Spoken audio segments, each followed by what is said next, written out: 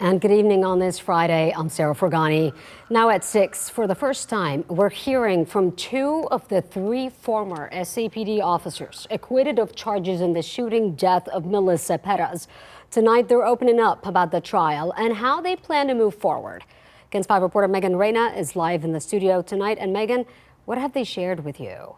Well, Sarah, I first asked Nathaniel Villalobos and Alfred Flores how they were feeling after that verdict. They told me relief. The men, along with former officer Elizar Alejandro, were arrested just 16 hours after the shooting in June of 2023. At the time, investigators say Melissa Perez was not an imminent threat when she came charging towards the officers with a hammer. The jury disagreed and came up with their verdict in an hour and a half after 4 weeks of an intense trial. Flores told me this was his first time he's shot at someone on duty.